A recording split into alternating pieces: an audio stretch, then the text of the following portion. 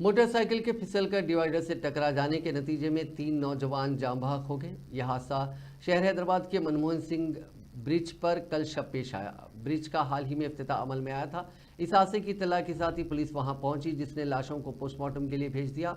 जाँ बहक होने वालों की शिनाख्त गोलकुंडा फतेह दरवाजा के माज तालाब कट्टे के रहने वाले अहमद और इमरान के तौर पर की गई।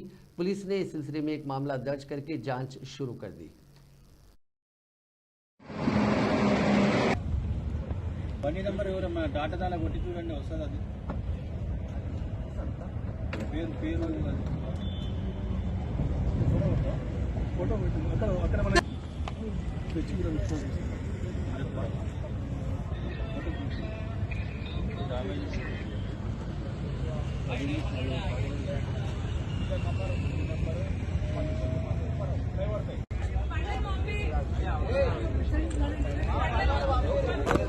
सेट हुआ।